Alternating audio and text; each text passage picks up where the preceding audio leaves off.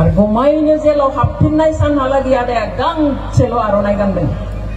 दिल्लीनिफ्राय बुंहर थांदों आंनो रावबो बिबार थफ्ला होफैनो नाङा, आंखौ रावबो आर'नाइजों बरायनो फैनाङा, आं बराय जाया। जि जाबाय जाबाय बे एकर्डखौ लानानै जों खौसे आवगायगोन, बर' हारिखौ आं खौसे खालामनो हानाय दिनहालागै आङो आर'नाइ गाना। आरो थारैनो जेलाव थांफिननायहालागै गांसेल' आर'नाइ गानदों बिथाङा। बे आर'नाइया जाबाय गावनि केम्पआव जेब्ला सुक्ति खालामना फैखांनानै गावनि आफादनि केम्पआव हाबहैदों, बेयाव केम्पनि गावनि एनडिएफबिनि गथ'फ्रा गानहोनाय आर'नाइखौल' गानदों। नाथाय मावहांनाय खामानिया आद्रा जानानै बिथाङा थांफिननो गोनां जाबाय। जों मिन्थिया बिथांखौ हरफिननायनि आन्दोआव मा दङ। दिनै प्रमद बर' बिथाङा गुबुन गुबुन मेलाव बुंदों, मिडियाफ्राव बुंदों जे बे गोरोबथानि गेजेरजों बर'फ्रा गिदिर एचिभमेन्ट मोनबाय, बिराद गिदिर जोंहा लाब जाबायनो। मा लाब? शान्ति फैबाय। एनडिएफबिनि म्यानमाराव थानाय, बांलादेशआव थानाय, भुटानाव थानाय फिसाफ्रा फैनानै गावनि न'खरनि मानसिजों थानो मोनबाय, गावनि बिसि फिसायजों थानो मोनबाय, बिराद मोजां जाबाय। केम्पआव थानाय गथ'फ्रा दिनै गामियाव फैनानै बिमा बिफाजों थानो मोनबाय, गावनि बिसि गावनि गथ' गथायजों थानो मोनबाय, शान्ति फैबाय। What about those who are in jail? बिथाङा बेखौ गोसोआव खाङासै नामा? ना बिथाङा मा सानो जे जायफ्रा दिनै फांसिनि अर्डार लानानै जेलाव दङ, जायफ्रा दिनै थैजासिम साजा लानानै जेलाव दङ, 100 जननिख्रुइबो बारा दिनै एक्स एनडिएफबिफोर जेलाव दङ, बिथांमोना मा गावनि गामियाव गावनि न'खरनि मानसिजों, गावनि बिसिजों, गावनि गथ'फोरजों थानो मोन्थाय गैयामोन नामा? बेनो नामा आसल शान्ति? दिनै एनडिएफबिनि गथ'फ्रा दाबो मेगन मोदै हुगारनानै बुङो प्रमद बर'आ जोंखौ जि लाइनाव लांदों जों बेनि थाखाय सुक्ति खालामाखै।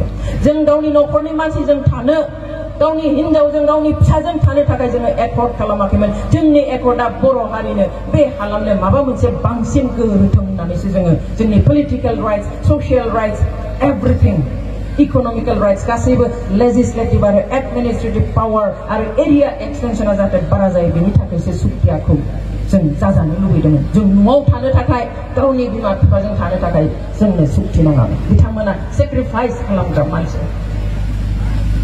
अब्ला मा थागोन? दिनै एनडिएफबिखौ एपिपिएलआव थांब्लानो आलादा जायो मानसिया। एनडिएफबिखौ माबा हाजिरा बैग्रा बिपिएफनि माबा आलु गेसेव थमुक गेसेव जोंखौबो बुंनो बाद गैया। मा बिलाय पलिटिक्सआथ' बेबादि नङा। दिनै जाय एनडिएफबिफोरखौ हाजिरा बैग्रा होननानै बुंदों, जाय एनडिएफबिफोरखौ उमुक गेसेव थमुक गेसेव होनना बुंदों, बे एनडिएफबिनि फिसाफ्रा नंगौ जेबो गैया बिसोरहा।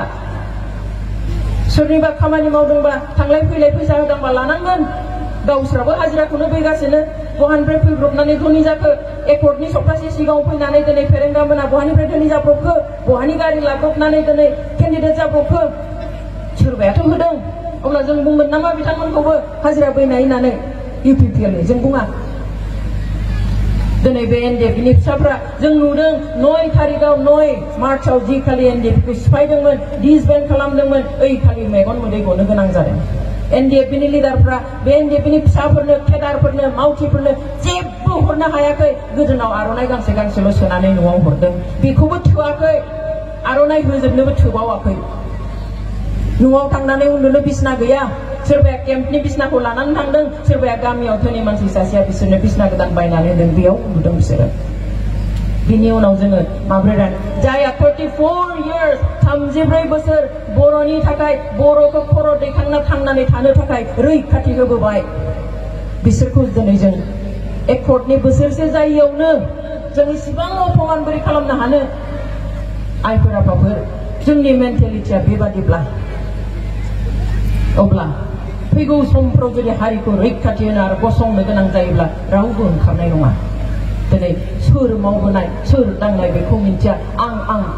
आं मावजोबदों, आं खालामदों। दिनै आबसुनि गथ'फ्रा बुङो, फेसबुकाव लिरो, बे आं ओरैनो बुंनाय खोथा नङा, जे दिनै प्रमद सारा बे एकर्डखौ खालामनानै होआमोनब्ला एनडिएफबिनि गासिबो सेंग्राफोरा गावथारजाजोबसिगौमोन, एनडिएफबिनि गासिबो सेंग्राफोरा रानथाब सेवथाब थैजोबनोसैमोनलायनो। नङा,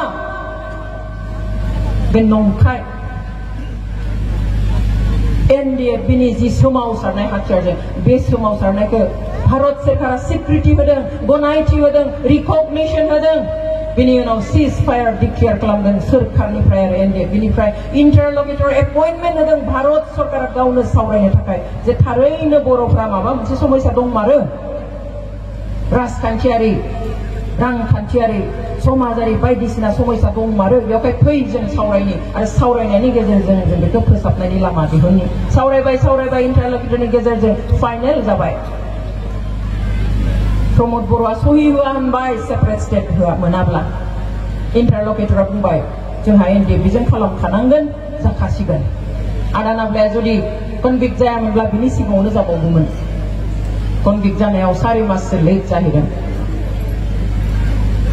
तो बेवहाय खोथाफोरखौ ओरैनो बुंब्ला जाया जों गासैखौबो मिन्थिनांगोन दिनै आंखौ बुंगोन सोरबाखौ बुंगोन मा मोन्थाय दं आंखौ दिनै हज्रिगाव बुङो भिडिअ बानाय बे अनजालि दैमारियालाय मा बिलाय बिटिआरनि सायाव बेहा बुंनो मोनबो अधिकार गैयानो मानो गैया बिटिआर सुक्तिया एनडिएफनि सुक्ति एनडिएफजों जोनोम समनिफ्रायनो जों गसं मोन्दों दिनै बर' वुमेन जास्टिस फ्रन्टखौ एनडिएफनि जि सोमावसारनाय बे सोमावसारनायाव बायदिसिना हिउमेन राइट्स भायलेट जानायनि थाखायसो जोङो बोजबखौ दाखानाय जों ओरैनो दायाखै बेखौ जि खालि बोजबखौ दानाय ओइ खालि हराव जों डिआर नाब्ला बिथाङाबो दङमोन दिनै हिउमेन राइट्स भायलेट जाखागोन मानसिखौ इनाय खालामगोन इनाय अत्याचार खालामगोन सोरखारि रैखाथि हान्जाफ्रा बेवहाय आवाज होनो बे थानांगोन जों गियाल' नाजादों सोरखारि साख्रि मावसेयावबो आं राजा लामायाव जनानै आं हज्रिखावदों जिखुनु सोरखारनि बेरेखा सोरबा सोरखारनि दिनाव गाज्रि जादों आं बेखौबो बुंदों दिनै मोन्थाय गैया बोरै जानो आंल' नङा साफ्रोमबो बर'आनो मोन्थाय दङ गाज्रि सोरबाया गाज्रि लानानै फैदोंब्ला बेखौ सोंखारिनो सोंनो मोन्थाय दङ थोंजोङैब्लाबो खेंसालियायैबाबो संगठनाव था दाथा नखरफ्रोमबो बर'नि साफ्रोमबो फिसाहानो कन्ट्रिबिउसन दङ थांनाय 60 बोसोरनिख्रुइबो बारा जि सोमावसारबोदों बर'नि मोन्थायनि थाखाय बेयाव कन्ट्रिबिउसन दङ बिनि उनाव मानो सोंदों दिनै एनडिएफनि नामाव हारि सिबिनायनि नामाव आं मानो 6 मासनिख्रुइबो बारा आं मानो जेलाव सोजानाय आं मानो आसाम पुलिसजों मानो किडनेप खालामजानाय 10 दिन मेगन खानानै दोनजादों जानाय लोंनाय मेगन खानानै जानो गोनां जादों थादाबादि गोसोम माइनाव जोबजानानै 11 बोसोर केस सालायनानै आंहा साख्रि थाख्रि आंहा एप्रुभ जायाखै सोरखारि केस जानायखाय आंनि पासपर्टखौ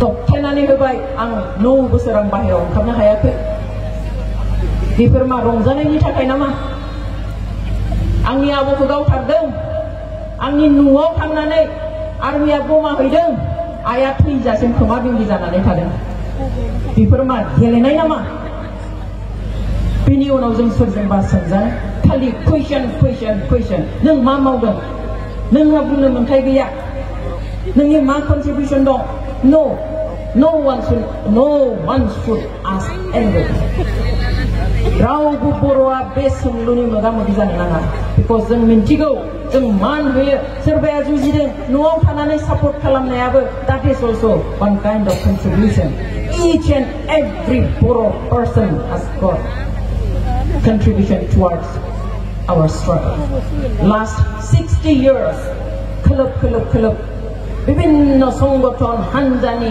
दैदेननायाव बर'आ कुनुदिन मेङा जिराया पिटिसननि दिननिफ्राय जुजिबोदों नांबोदों नागारसारदों आरो नागारसारदों दिनै जोबनायाव फैनानै जों जेब्लायबो बुङोमोन सोरखारा जोंखौ थगायो गुबुनारिया जोंखौ सोबख'यो खिन्थु दिनैनि थारिखआव जों नुबाय जोंनि मानसियानो दिनै जोंखौ फोलाबाय दिनै एनडिएफ बेखौ लाथिख' खालामनानै दिनै गुबुना गारिनि थाखाय दावराव दावसि मा बेलाय दिनै सोरबाया 34 बोसोर नांबाय धेमालि नामा 34 बोसोर हाथियारनि संगठन दैदेननाया सोरबा थैदों गोदान हाबदों सोरबा आथिं आखाइ बुख्रुबजादों ओंखारनो हायाखै गोदान हाबदों बेबादियै 34 बोसोर फसंनानै लाबोबाय दिनै लाथिख' खालामब्लाथ' जानाय नङा आरो बेफोर बाथ्रानि थाखाय दिनै आं बिपिएफजों दङ जों दिनै बासायनो नांगोन दिनै फैनानै दाखालि क'क्राझाराव बिजेपिआ बुंफैबाय देग्लाय जोङो बिटिसिखौ लानोसै माब्रै लानो हानो